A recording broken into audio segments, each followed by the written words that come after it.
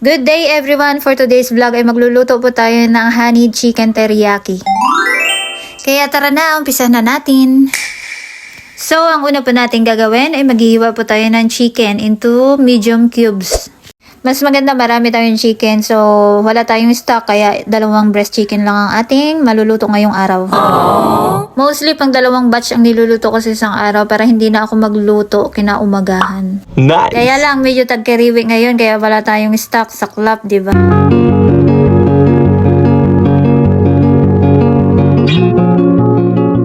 So, ayun na nga, tapos na natin hiwain ang ating chicken, kaya gagawa tayo ngayon ng pang-coating.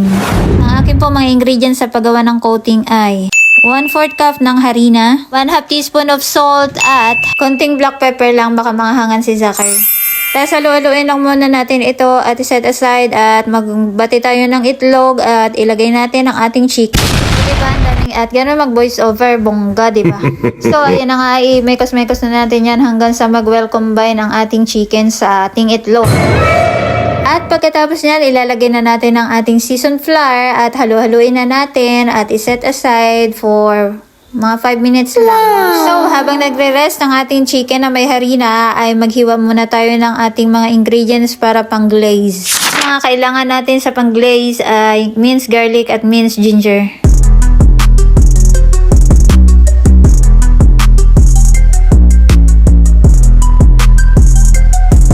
After nyan ay maghihiwa tayo ng celery pang garnish natin mamaya. So ayan, umpisahan na natin magawa ng pang glaze.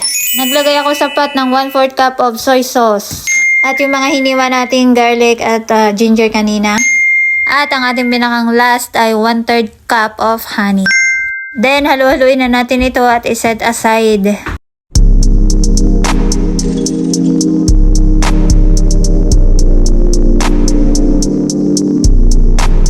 At dahil tapos na magpahinga ang ating chicken na may harina na kinoat natin kanina, ay tayo muna ay magpainit ng mantika sa ating pan. Tapos ilulunod na natin ito ng 6 to 8 minutes hanggang sa mag-golden brown sila. At habang nagpiprito ako dyan ay nagpreheat na ako ng oven ng 250 degree Fahrenheit. Nice! So ayan, ibaligtad na natin ang ating chicken para maluto na yung kabila.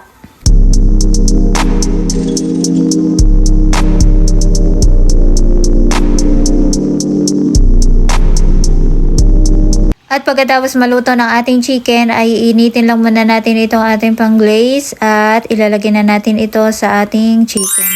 Para mag-well combine na ang kanilang mga lasa at malagay na natin ito sa oven ng 20 minutes.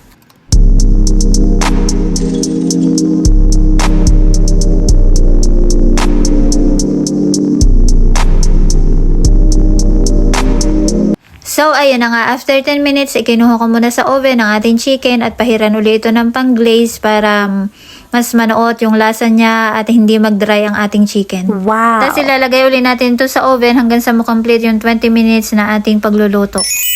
So, after 20 minutes, ayan na ang ating chicken, luto na at atin na itong gagarnishan. Optional lang naman ito ang paglagay ng ating garnish para mas maganda lang tingnan at syempre nakakadagdag flavor din sa ating teriyaki. At dahil luto na ang ating honey teriyaki chicken, tara na at lumamon.